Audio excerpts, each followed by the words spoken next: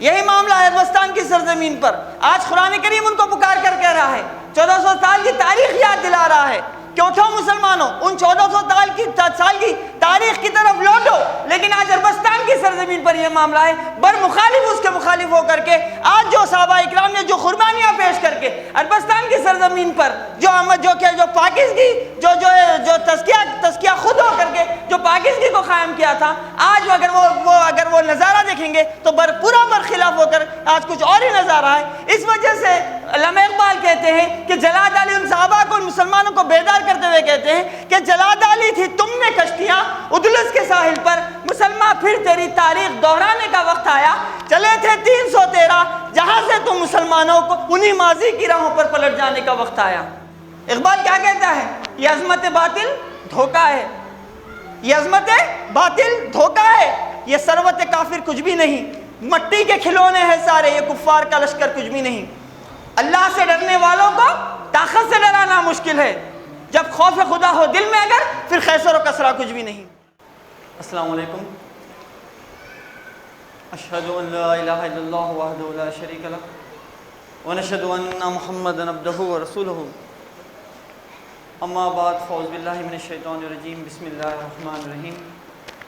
براۃ من اللہ ورسولہ للذین عاہدتم من المشرکین. صدق اللہ علیہ العظیم.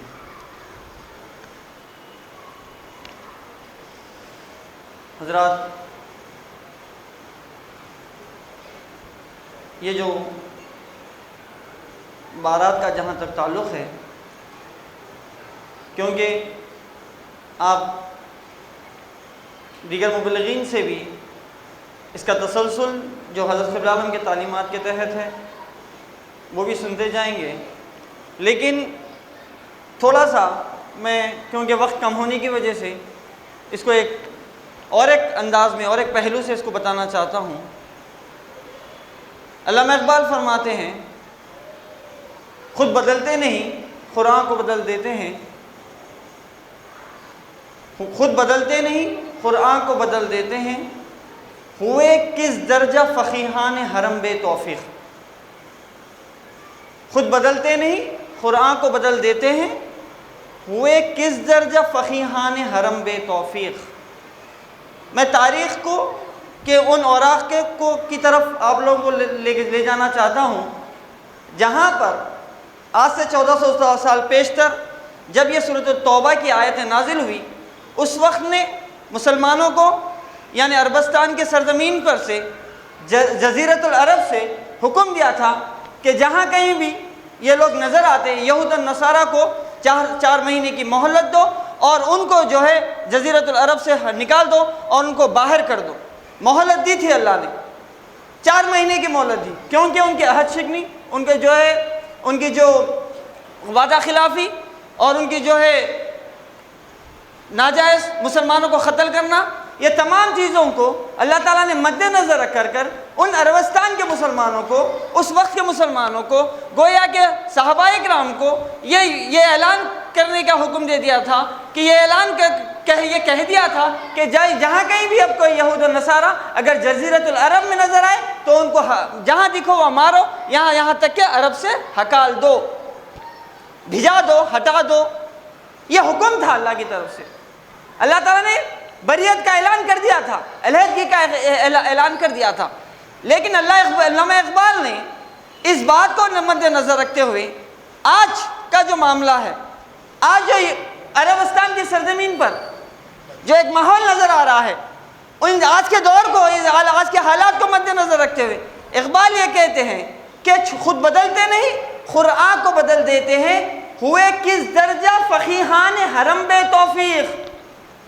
فقیہان حرم کو آپ کہہ رہے ہیں کہ یہ کیسے بے توفیق ہو گئے ہیں کہ آج یہ لوگ جو اللہ تعالیٰ نے جو حکم دیا تھا اس کی جو حکم کی نافرمانی کر آج یہ لوگ یہود النصارہ کو اسی عربستان کی سرزمین پر جمع کر رہے ہیں اور ان کو ایک کے بعد ایک دیگر، یہاں تک کہ عربستان کا جو آج کا بادشاہ بنے ہوا ہے وہ خود یہ اعلان کر چکا ہے کہ میں دوبارہ اس عربستان کی سرزمین کو دوبارہ جو ہے سیکنڈ یورپ بنانے والا ہوں. کیوں کیا اعلان کر چکا ہے کہ وہ اعلان یہ کر رہا ہے کہ میں دوبارہ اس عربستان کی سرزمین کو دوبارہ میں جو ہے سیکنڈ یوروپ بنانے والا ہوں۔ علامہ اقبال کہتے ہیں مغرب کی طرف ڈوبتا ہوا سورج خود اس بات کی گواہی دیتا ہے کہ اگر تم مغرب کی طرف جاؤ گے تو ڈوب جاؤ گے۔ یہی معاملہ ہے عربستان کی سرزمین پر۔ آج قرآن کریم ان کو پکار کر کہہ رہا ہے، 1400 سال کی تاریخ یاد دلا رہا ہے کہ اٹھو مسلمانوں، ان 1400 سال کی تاریخ کی طرف لوٹو۔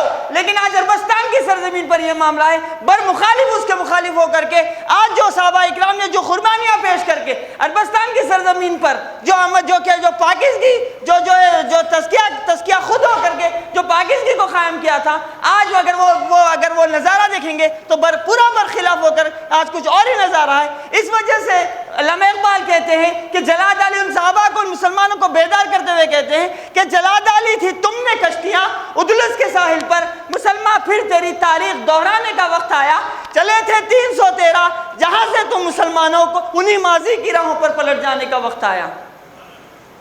شاہ اقبال پکار کے کہہ رہا ہے مسلمانوں کو، مخاطب کر رہا ہے، کہہ رہے ہیں عربستان کی جو حرکتیں ہیں، عرب کے مسلمانوں کی جو حرکتیں ہیں، وہ دنیا کو یہ بتاتے ہوئے اقبال کہہ رہا ہے کہ تم نے جو کشتیاں جلا ڈالی تھی 1400 سال قبل، آج وہی تاریخ کو دہرانے کا تمہارا وقت ہے، کیونکہ یہ جو زمانہ ہے تاریخ کو بدلنے والا دور ہے، یہ اعادے کا دور ہے اور اسلام کے جو ہے پھیلنے کا دور ہے۔ اس وجہ سے اقبال کہتا ہے کہ جلا ڈالی تھی تم نے کشتیاں ادلس کے ساحل پر، مسلمان پھر تیری تاریخ دہرانے کا وقت آیا، چلے تھے 313 جہاں سے تم مسلمانوں انہی ماضی کی راہوں پر پلٹ جانے کا وقت آیا۔ قرآن کریم کہہ رہا ہے بار بار لا تتخذوا یہود النصارى اولیاء بعضهم واولیاء بعض، تم یہود و نصارہ کا دوست مت بناؤ، وہ آپس میں ایک دوسرے کے دوست ہیں۔ لیکن آج کیا بات ہے کہ انہوں نے حضور اکرم صلی اللہ علیہ وسلم اور تعلیمات کا، حضور اکرم صلی اللہ علیہ وسلم اور صحابہ کرام کی تعلیمات کو چھوڑ دیا ہے، کیا بھول چکے ہیں قرآن؟ اس وجہ اقبال کہتا ہے کہ خود بدلتے نہیں، قرآن کو بدل دیتے ہیں۔ ہوئے کس درجہ فقیہان حرم بے توفیق، کیا ہو گیا ان غلاموں کا یہ مسلک ہے کہ ناقص ہے کتاب کہ سکھاتی نہیں مسلم کو غلامی کے طریق۔ آج یہ بات کیا وجہ ہے کہ کیوں آج بہت پکار کے آوازیں اٹھ رہی ہے، دعائیں ہو رہی ہے، فلسطین پر ظلم ہو رہا ہے، عرب پر ظلم ہو رہا ہے؟ ارے کس کے غلطیوں کا اثر ہے، کس کے غلطیوں کا نتیجہ ہے؟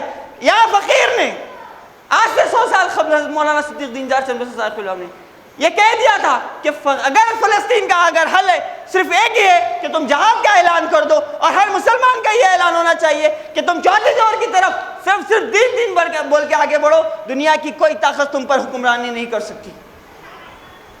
آج سب کی طرف ایک ہمدردی ہے فلسطین کی طرف، لیکن کیا بات ہے، اللہ کیوں پلٹ کر کے بیٹھے ہوا ہے؟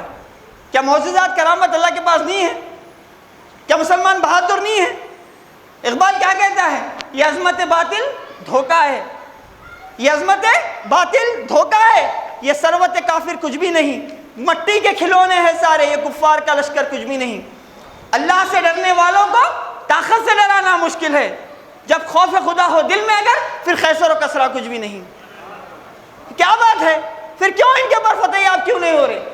کیوں وہ جو 313 کہاں ہے؟ تو وہ 313 وہی بھی تو عربی ہے۔ آج جو نظر آ رہے جو 1400 سال پہلے عرب تھے، کیا تعریف اللہ نے کی؟ حضرت قرآن فرماتے ہیں جن کی تعریف میں لیلاف کا سورہ آیا، ان کی شان میں فرمایا رسول اللہ نے تعریف کے لیلاف میں کیا ہے معلوم ہے؟ لیلاف قریشین و لیلاف ایلافہم رحلۃ الشتاء والصیف فلیعبدوا رب ھذا البیت الذی اطعمہم من جوع وآمنہم من خوف۔ عرب کی تعریف میں الذی اطعمہم من جوع وآمنہم من خوف، ان لوگوں کے لیے عربوں کے لیے اللہ تعالیٰ فرما رہا ہے، ان لوگوں کے لیے اللہ نے بھوک میں ان کو غذا پہنچائی ہے اور خوف میں ان کو امن دیا ہے۔ آج امن کہاں ہے؟ آج امن کیوں نظر نہیں آ رہا؟ اور ہماری یہ تسبیح کیوں بنی ہوئی ہے مغرب کی نماز میں؟ بات کیا ہے؟ سمجھنے سے تعلق رکھتی ہے ہر چیز۔ عرب تھا، عربوں میں آیا، دوبارہ مسکن کس کو بنایا؟ ہندوستان کو بنایا۔ آج وہ تاریخ کیوں نظر نہیں آتی؟ وہ چیز کیوں نظر نہیں آتی؟ کیونکہ یہاں جمع ہو چکے ہیں۔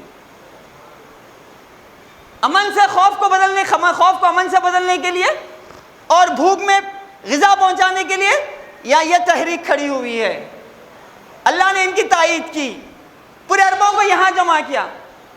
اب بس اگر وہاں پر وہ تاریخ کو اگر لوٹائیں، ان کی تاریخ کو، ان کی سرزمین کی حرکتوں کو آج اگر دیکھیں گے جو چل رہی ہے، آج کیا پیسہ کم ہے؟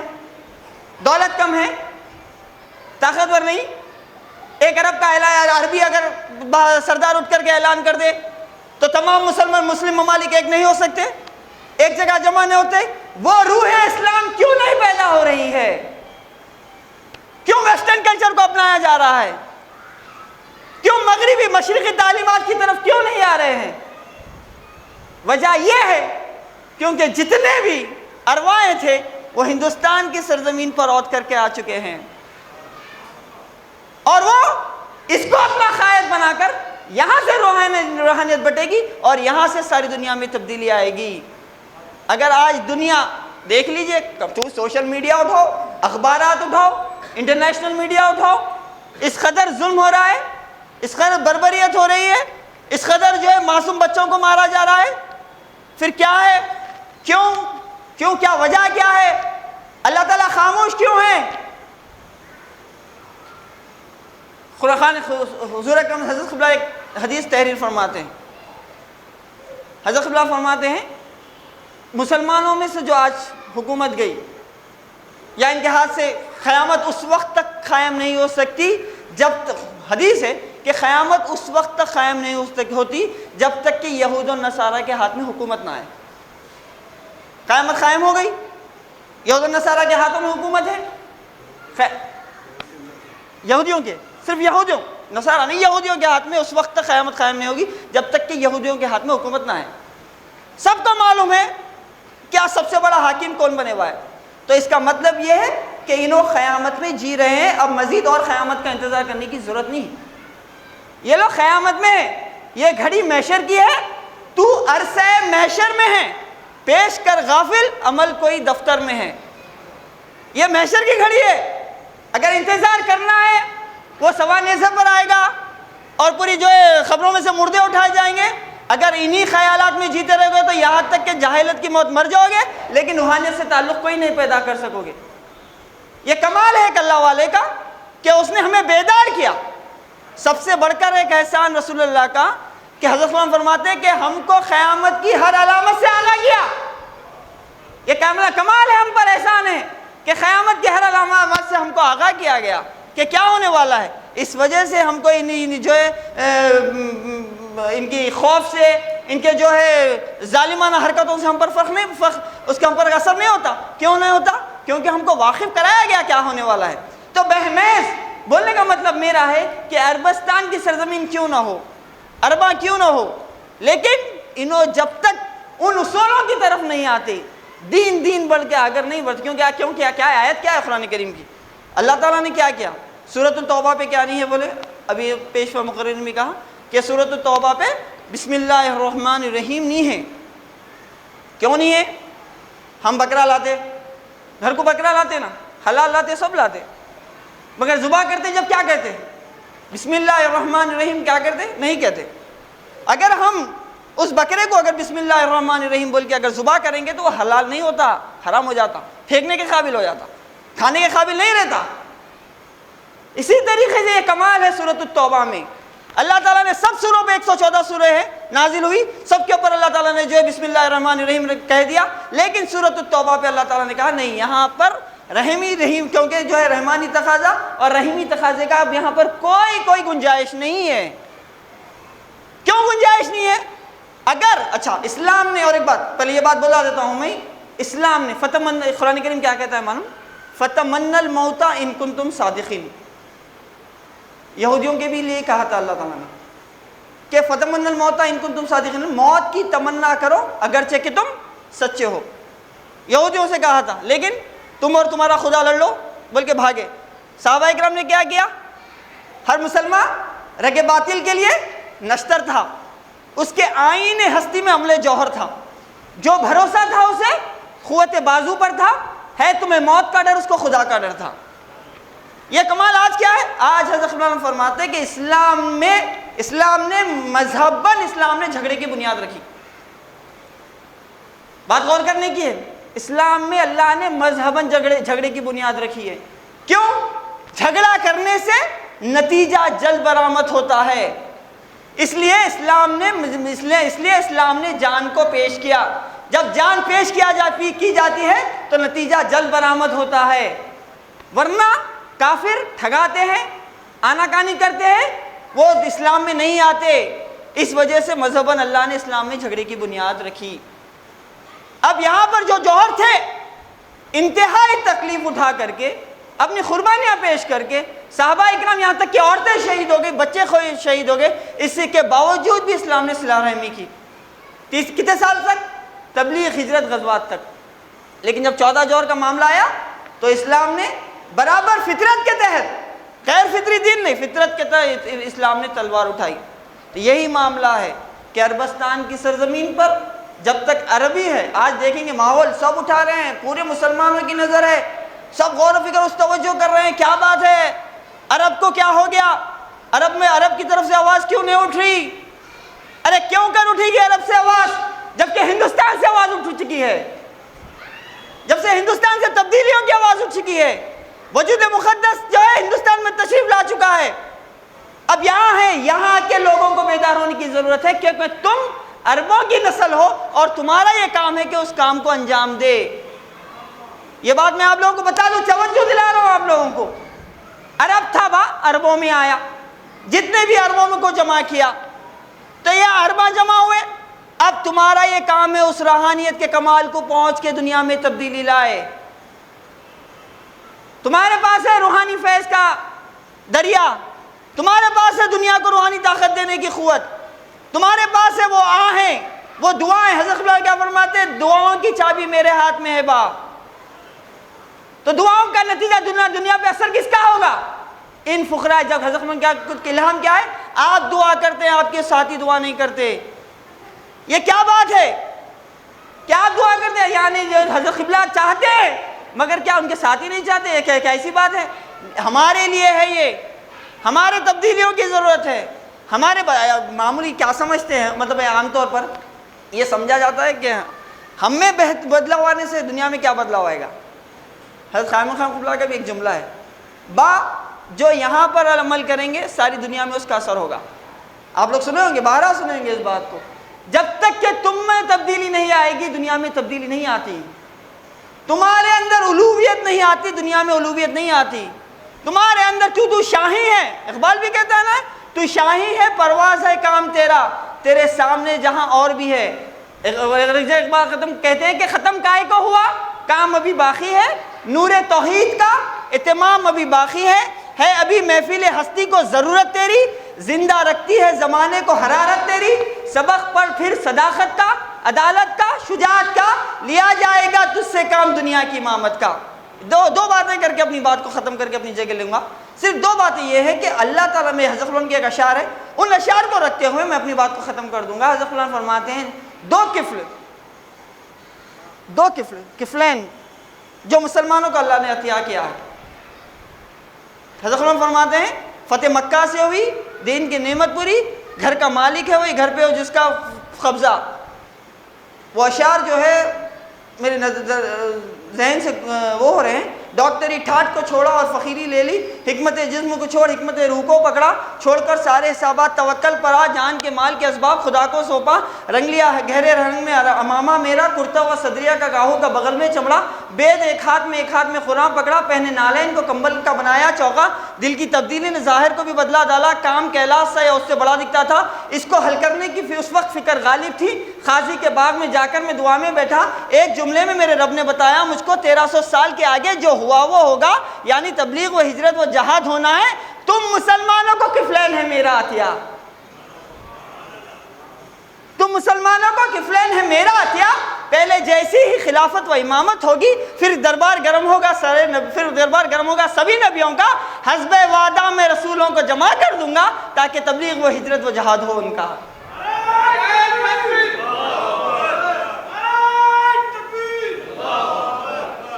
دو کفل اللہ تعالیٰ نے ہمارے لیے دیے، کفلین۔